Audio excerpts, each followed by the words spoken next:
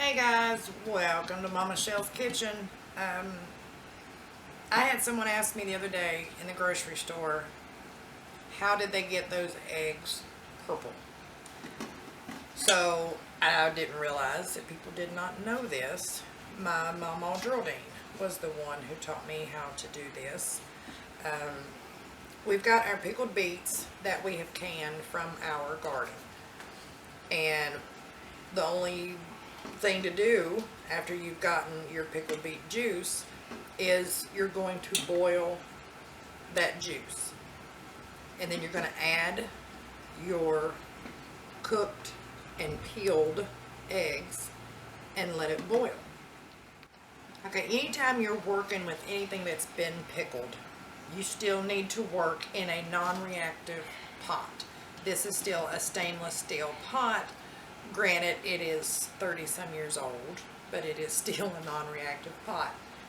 I poured both of my juice. I've got a fresh jar of pickled beet juice, and then I had what little bit of juice was left from the previous eggs that we have done scarfed down, and I just added them together.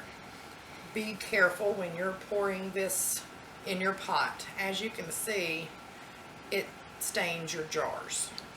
It sticks to everything, and it will stain your counters, your apron, anything that stains, it'll stain it. So be extra careful when you're pouring that in there. But you're going to bring your beet juice with your cooked eggs inside the juice to a rolling boil, and then just cut it off, and then we'll go from there.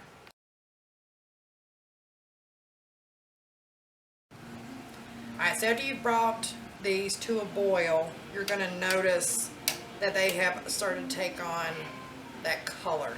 And that's the reason you boil them before you add them to your juice, is so that they've got a good jump start on that color. So the way I do mine is I'll start getting my eggs out first. I want my eggs to go in there, and then my beets to go on top of that. And that way it pushes your eggs down in there, and your eggs have a better shot at getting pickled. Now once you get this jar full like you want it, leave a bit of room on top for a couple beets, and then your juice. This will need to cool back off to room temperature before you set it in your refrigerator. Now you do not have to worry about this sealing as it is going in your refrigerator, at least the ones with the eggs. Now whatever extra juice you got left, you're going to want to save that junk, because you do not want to waste this awesomeness. So now that last jar that has your juice in it, you're going to want that one to seal. So you need to make sure you still do it while it is nice and hot. So we're going to finish filling this jar with the beets until it is full enough, which, one more, there we go. Now remember, our little non-messy thing here keeps a lot of messes. So we're going to shake it down just a little. So all these eggs should stay down in that jar. So we're going to pour this juice, and let's hope everybody don't get to see me get burnt.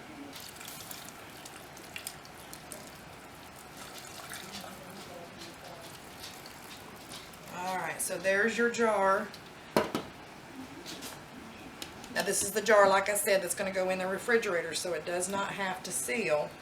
So you're just going to kind of let this sit out for a little while and cool off, and then all of your extra juices and beets can go in a jar. Now if you want to store these, you're going to want to make sure that they seal.